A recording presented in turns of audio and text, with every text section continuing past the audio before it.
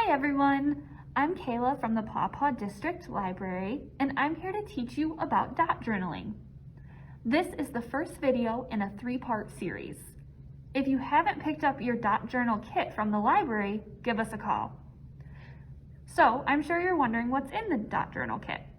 First, a dot journal, 2 colored pens, and a ruler, and some sort of decorative elements. So it could be flags, it could be washi tape, something that we'll use in the 3rd video to add on to your dot journal.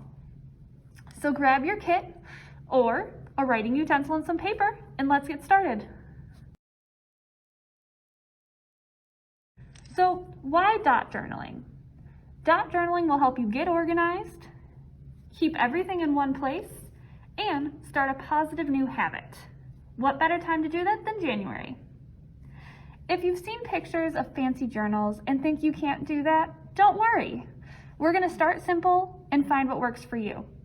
I will show you a few examples, but there's plenty more out there. All you have to do is search for it. Now that we have all of our materials laid out, I do suggest getting a pencil and an ink pen. Or if you have more markers, you're welcome to use those as well. A thinner tip will work better, but use what you have. Don't go out and buy anything. I'm going to move my stuff over. So you're welcome to decorate your dot journal however you want. It's yours, so make it yours. The first thing I want to do is talk about the index of the symbols. You'll definitely want to have a symbol page in your dot journal so that way you'll know what each of your symbols mean. So I'm going to teach you the very basics, but if you don't like them, create your own. Again, it's all yours. Nobody has to know what it means but you. So I'm going to use my colored marker to show off my symbols. So the first thing of a dot journal is I'm going to use a dot for the things I need to do. So anytime I need to be reminded to turn in a homework assignment or call my grandma, that's when I'm going to use a dot. So after we have a dot and we complete something, we need to have a completed symbol. So in maybe a traditional journal, you would cross things out and you'd have really long lines. In a dot journal, you can keep everything concise by just putting an X through the dot. So you can still read it and know what it was that you already completed. So then the next one, things I have scheduled. So if I want to make a note that I need to call the dentist, I'm going to call the dentist. And then I'm going to make a mark once I do so I know that I scheduled it. What that means is that there is somewhere else in my dot journal that I've written it because I scheduled it for an appointment. So you also could have multiple lists in your dot journal. So we have a symbol when we say we moved it to another list.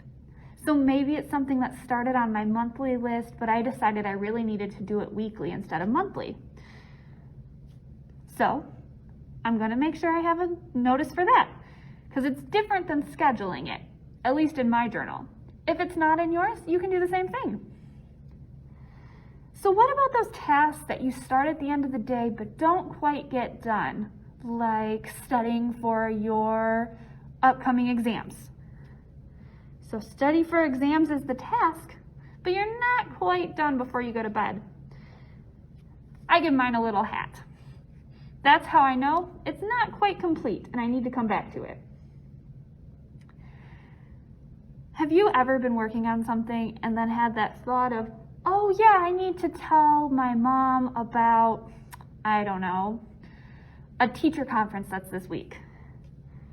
I'm going to put a dash because that's a fleeting thought that came to me during the day, or a note or an observation. Maybe it's how you're feeling. Big events. So big events could be birthdays or graduation, a band concert. Anything that you want to know, it's not a task, but it's something you need to show up for, I use an open square. Very different from a dot. And lastly, anytime you have something on here that you've decided, oh, I don't need to do that anymore, maybe somebody else already did it for you. Instead of marking it as complete, you can just put a slash through it so you know it was completed, but not by you. So those are the symbols that I'm going to use in my dot journal. But again, if you don't like this list, create your own. If you're really artistic and you love to draw, maybe you want to go fancy and create a whole other list. So I do suggest making this one of the first few pages in your journal so you can always flip back to it and reference. Second page. Uh-oh, it's blank. This is going to be your index page. So why would I want an index? I would want an index so that way I know where I should look for something. The point of a dot journal is that you're not going to plan your whole year out in advance. We're going to do everything in sections. So we will have a year section, but then following that year section, we'll have a month section, but it'll be January. And then in January, we have weeks. So we'll have each week. And then after that, we'll have dailies. Or this is just an option. If you don't like to plan that far, just go ahead and do whatever works for you. So right now I'm going to keep my index blank because I haven't built my journal yet. We'll come back to this in the third video. A dot journal can last you anywhere from 3 months to 3 years, depending on how you use it or what you want in it. So don't be afraid to start a new one if you need to. So after the index, we come to our future spreads. For terminology, a future spread is basically like an outlook of the year. So in this, there's not going to be a bunch of fine details, but maybe you want to list all the birthdays or the big events you have coming up. Or if you need to remember to sign up for tennis camp, then you can put that out in June when that is. So one option that you can do is to put 3 months on a page. So in this case, I have January, February, March. I don't have a lot in mine right now, but that's okay. But maybe you decide, wow, that takes up a lot of room for not that many things. So what if I make something smaller? So I've already counted out the number of squares, but I'm going to show you what it would look like if instead of 3 months, I put 6 months on a page. And you'll notice my lines aren't perfect. I'm okay with that. It's your journal. It doesn't have to be anything but for you. So I'm going to take my ruler because I do want to at least somewhat have a straight line. And I'm going to map out my dots. So you can count out your dots however you like. You can have your squares as big or as small. You could even just put all 12 on one page if that's what really works for you. If you just want to be able to reference and say, oh, what day does the first start on? You could color code it. I'm just using my blue marker, but you could use any marker you want. You could also do it in pen or pencil if you're not sure you're going to like it. Part of beginning a dot journal is learning what you like and what you don't like. So if it looks like this and you decide in a month that, wow, that really doesn't work for me, start a new page. That's what your index is for. Just say that you didn't use it. And so then page 12 becomes your future spread. I'm going to turn my dot journal so that way I can see it better.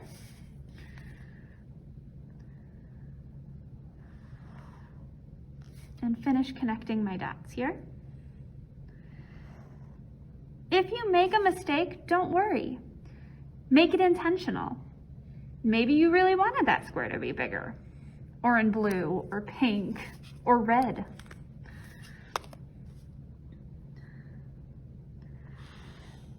In video number 3, we will go over some mistake corrections.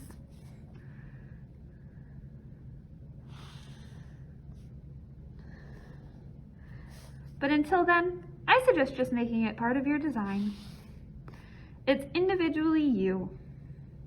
It doesn't have to look like anyone else's.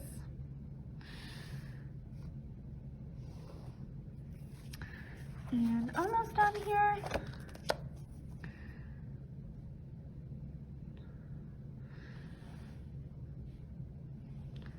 Okay, so now I have 6 months worth of boxes.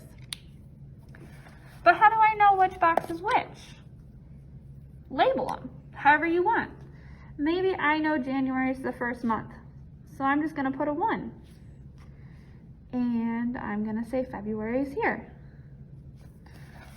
On this side, I labeled the month's name, but maybe on this side, I just want the number.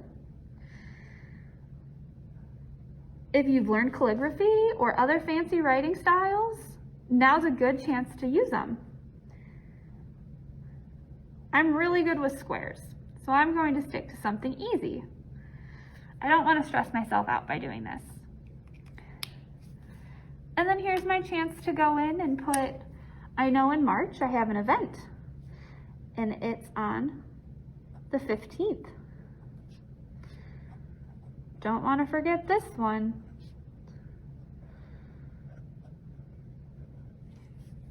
But you can go through and fill it out however you want.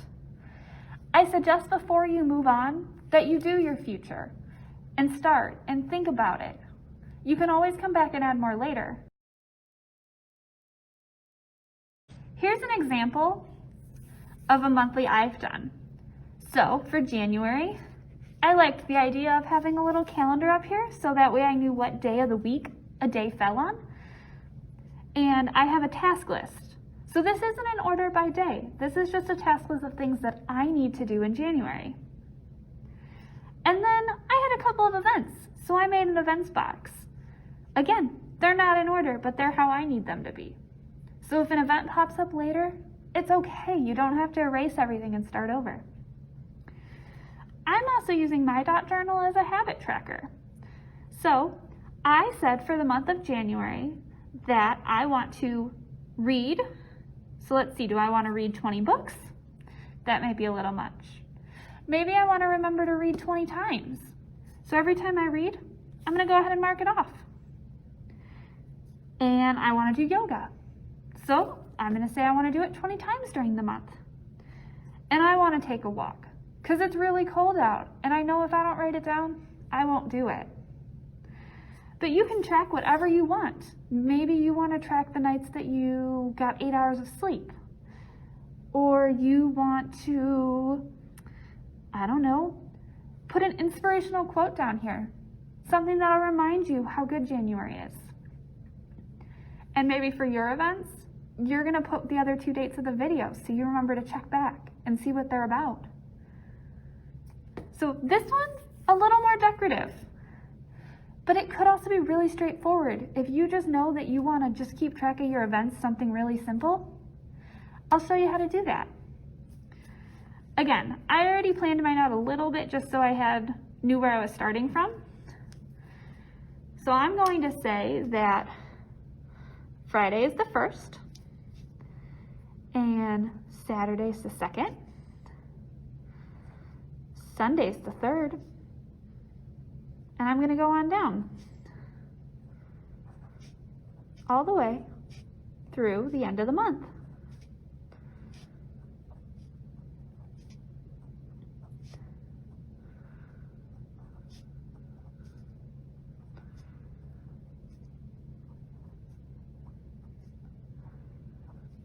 If you're really into your monthly calendar, then maybe your monthly becomes a 2-page spread.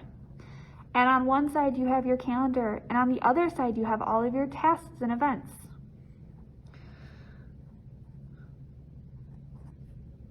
Do what works for you. If you think you're going to use your monthly more than you're going to use your weekly, then again, make it bigger. Make it a bigger part of what you need.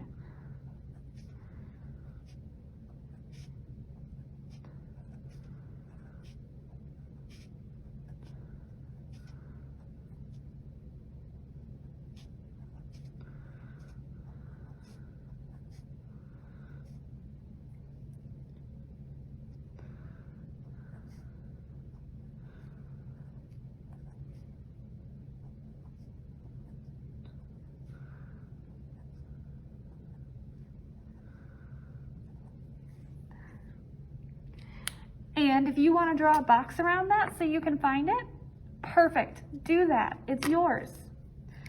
So let's see, what did I say? On the 18th, no school. And on the 4th, school starts. So I didn't use much of this page. So maybe I want to draw a line right down the middle. And do I still want to track my habits?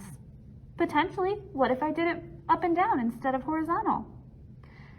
It's whatever makes sense to you. So if I did it this way, I would know, did I read on Friday the 1st?